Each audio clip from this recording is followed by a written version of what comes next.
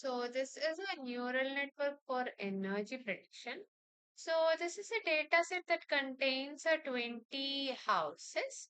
Each row represents one house, that is one column, include a number of rooms, number of residents, temperature, and energy consumption.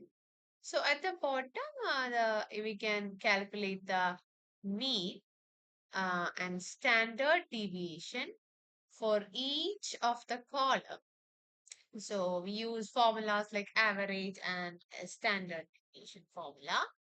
And these values are important because they are used for to standardize the data. So the standardization of data for the standardization of data, we find a mean of each columns, and then we find a standard deviation for it, and like that we do for all the features, and then we standardize the data.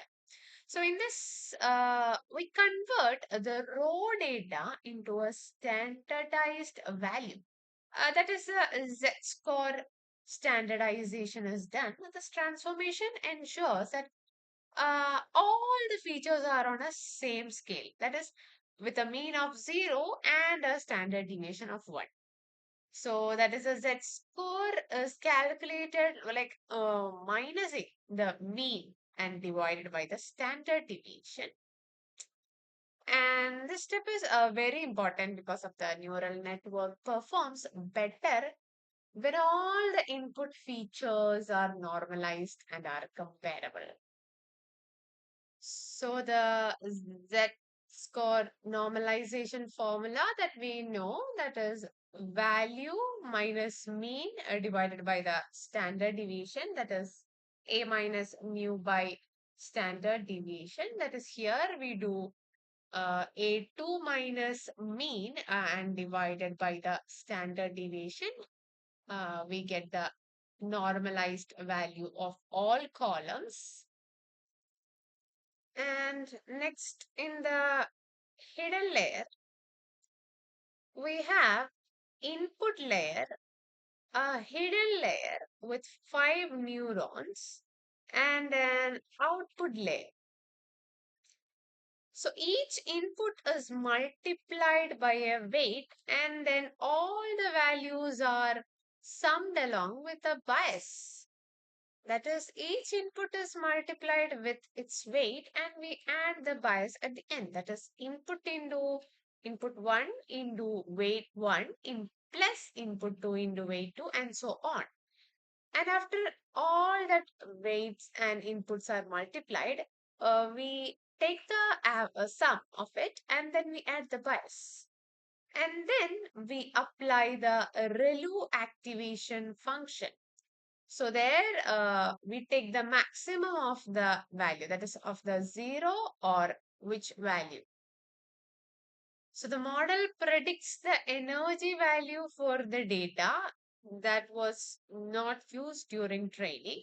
And we then compare the predicted value with the actual value, and then we calculate the error. So this helps us to understand how well the model generalizes. So here we can see the graph.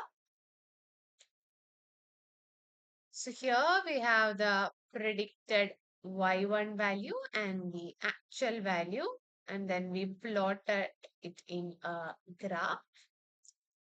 So this graph shows that the comparison between actual energy value and the predicted energy, and it is generated by the neural network, and the x-axis represents the data point or a house sample, and the y-axis represents the energy value.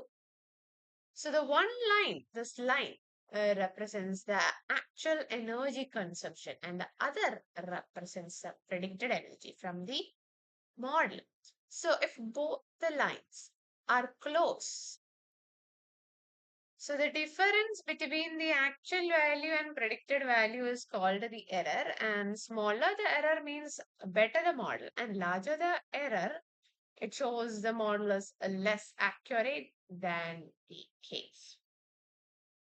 So here we start with a raw data and then we standardize all and then we build a neural network using the weight, bias, and the ReLU activation function, and we predict the energy and we validate the model using an unseen data.